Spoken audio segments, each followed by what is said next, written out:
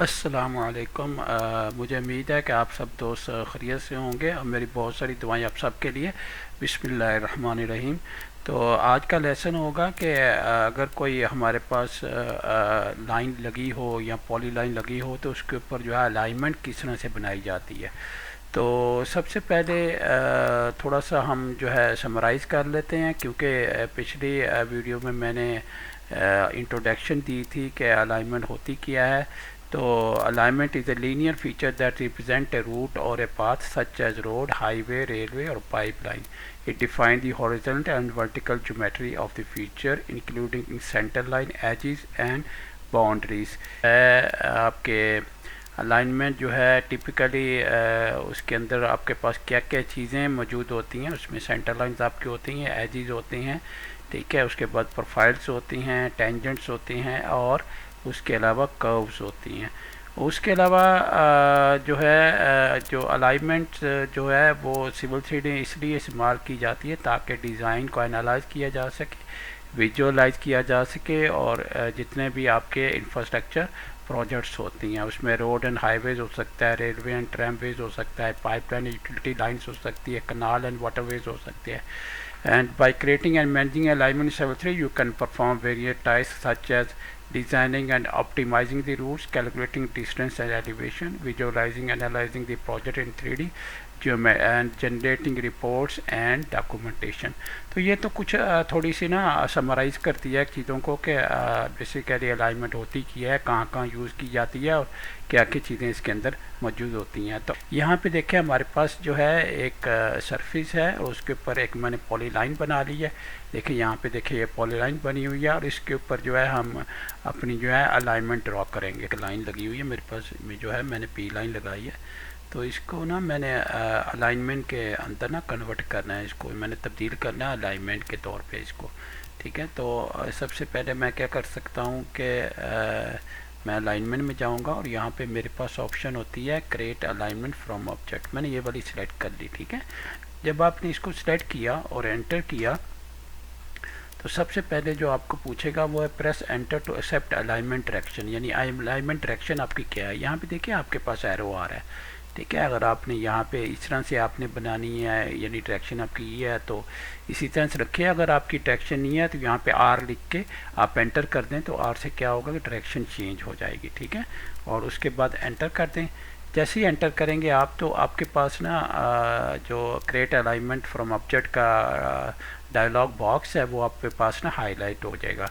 यहाँ पे अलाइनमेंट दे दें, कोई भी आप अलाइनमेंट जो आपने नाम लिखना है, फर्ज करें अलाइनमेंट 1 आप रख लेते हैं नाम, ठीक है। उसके बाद जाहिर है कि आप किसी रोड की अलाइनमेंट लगा रहे हैं तो इसलिए आप इसको सेंटर लाइन पे ही रखेंगे, ठीक है। और सेंटर लाइन जो है रोड की अलाइनमेंट होती है और ऑफसेट जो होती है बेसिकली किसी रोड के साथ ऑफसेट आ रहा है, ठीक है। अगर फर्ज करें कोई स्टेशन आ रहा है, कोई रेस्ट हाउस आ रहा है तो उसमें ऑफसेट अलाइनमेंट आप इस्तेमाल कर सकते हैं। और अगर कोई इंटरसेक्शन आ रहा है तो जो उसके कॉर्नर्स होते हैं उसके अंदर आप कर्व बटन को इस्तेमाल कर सकते हैं। रेल आ रहा है तो रेल की अलाइनमेंट के लिए आप इसको इस्तेमाल कर सकते हैं। मिस्टीनेस आ रहा है तो मिस्टीनेस बेसिकली आप इस्तेमाल कर सकते हैं जो अंडरग्राउंड पाइप्स होती हैं, ठीक है। इसके अंदर जो है आप अलाइनमेंट जो है उसका डिस्क्रिप्शन दे सकते हैं, ठीक है। अलाइनमेंट ऑन सॉदर्न साइड, ठीक है। इसमें कोई भी आप जो है वो दे सकते हैं। उसके बाद यह ना आपने अलाइनमेंट स्टार्ट कहाँ से करनी है। फर्स्ट करें मैंने यहाँ से ना 8 से स्टार्ट करनी है, ठीक है। तो मैं यहाँ पे 8 दे सकता हूँ, ठीक है। यहाँ पे जो है अगर फर्स्ट करें मैंने 10 से स्टार्ट करनी है तो 10 से मैं दे सकता हूँ। कोई भी चीज़ जो है वैल्यू में एंटर कर सकता हूँ। अगर फर्स्ट करें मैंने 12 से करनी है तो यहाँ 12 दे सकता हूँ, ठीक है। तो वो स्टेशन होगा मेरा जो मेरी जो अलाइनमेंट होगी जहाँ से वो स्टार्ट होगी। उसके बाद साइट हो गया, क्योंकि इस साइट के अंदर जो मैंने खोली हुई है, ठीक है, इसके अंदर पार्सल्स नहीं है तो इसलिए यहाँ पे ज़रूरी नहीं है कि मैं कोई साइट दूँ, ठीक है। तो इसमें नन कर दूँगा। लेकिन अगर इसके अंदर पार्सल होते और उसके अंदर से मैं क्रॉस कर रहा था अलाइनमेंट को तो फिर यहाँ पे जाके मैं कोई ना कोई साइट का नाम यहाँ से क्रिएट कर सकता था। फिर उसके बाद परपोज होगी, क्योंकि हम नहीं बना रहे हैं तो हमने जो अलाइनमेंट का स्टाइल है वो परपोज दे दिया। उसके बाद आपकी लेयर आ जाती है। लेयर में आपने मॉडिफायर अगर देना है तो आपके पास देखें सॉफिस का मॉडिफायर है। सॉफिस का मॉडिफायर दे के मैं अगर स्टैटिक डॉट डाल देता हूँ तो इससे क्या होगा कि जो भी आपका नाम होगा वो यहाँ पे इसके साथ जो ऐड कर देगा, ठीक है, जैसे इसने ऐड कर दिया, ठीक है, अपनी लेयर के साथ। उसके बाद आपके जो है माइनर और मेजर ज्योमेट्रिकल पॉइंट जो आपके लेबल्स हैं उसका क्या स्टाइल होगा वो यहाँ से आप जो है स्टाइल सेलेक्ट कर लेते हैं। और उसके बाद अगला स्टेप होता है वो, क्योंकि आपने ये बताना होता है अगर आपके पास जो कर्व्स भी आ रही हैं, अगर टेंजेंट्स बिटवीन टेंजेंट्स के अंदर कर्व्स अगर ऐड हो रही हैं तो फिर आप उसको यहाँ पे चेक रखेंगे और यहाँ पे उसका रेडियस बता देंगे आपको, टेंजेंट का रेडियस क्या देना है, कितना देना है, ठीक है। और उसके बाद जो आखिरी स्टेप होगा उसमें है कि जो आपने लाइन लगाई है उसको अरेज भी करना है, ठीक है।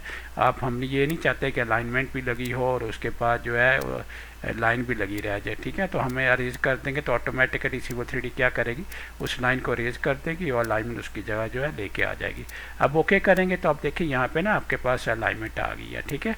और यहाँ पे जाएंगे तो यहाँ पे आपसे जाके देखेंगे कि यहाँ जो आपका स्टेशन पहला स्टेशन था, ठीक है, वो देखें यहाँ पे आपके पास 12 आ रहा है क्योंकि मैंने 12 दिया था, ठीक है। तो ये बाद में स्टेशनिंग में आपको बताऊंगा किस तरह से स्टेशन वगैरह जो है चेंज करते हैं, ठीक है। तो ये हमारी ना अलाइनमेंट थी जो किसी भी ऑब्जेक्ट के ज़रिए हम जो है Civil 3D के अंदर लगा सकते हैं। और उसमें ये भी आपने ख्याल रखना है कि आपने जो भी लेबल स्टाइल्स आपने लगाए हैं या आपने कर्व्स लगाई हैं, टेंजेंट का रेडियस आपने दी है या आपने साइड दी है या आपने माइनर और मेजर और माइनर जो है वो स्टाइल, तो ये सारी चीज़ें आप जो है बाद में भी चेंज कर सकते हैं। तो इसका मतलब ये नहीं है कि आप यहाँ पे स्टक हो गए हैं, बस यहाँ पे आप रुक गए हैं और उसके बाद आप कोई भी चीज़ जो है वो चेंज नहीं कर सकते। ये सारे पैरामीटर जो होते हैं ये चेंज हो सकती हैं। और उसके बाद जो ना इसका जो स्केल होता है वो भी एनोटेटिव स्केल होता है, ठीक है ना। अगर फ़र्ज़ करें मैं स्केल को चेंज कर दूंगा तो ऑटोमेटिकली क्या होगा, देखें स्केल चेंज हो गया, ठीक है। तो स्केल भी चेंज हो जाता है, ठीक है, वो आपके पेपर स्पेस के हिसाब से या आपके मॉडल के हिसाब से वो बेसिकली एनोटेटिव होता है, ठीक है। तो ऑटोमेटिकली जो है इफेक्ट होता है जैसे भी आप जब नीचे जाके स्केल को चेंज करते हैं। तो ये था आज का लेसन जो कि था कि अलाइनमेंट किसी भी ऑब्जेक्ट के जरिए किस तरह से लगाई जा सकती है। तो अपना ख्याल रखिएगा, इंशाल्लाह अगली वीडियो में मुलाकात होती है। अल्लाह हाफिज़, अस्सलाम वालेकुम वरहमतुल्लाहि वबरकातुहू।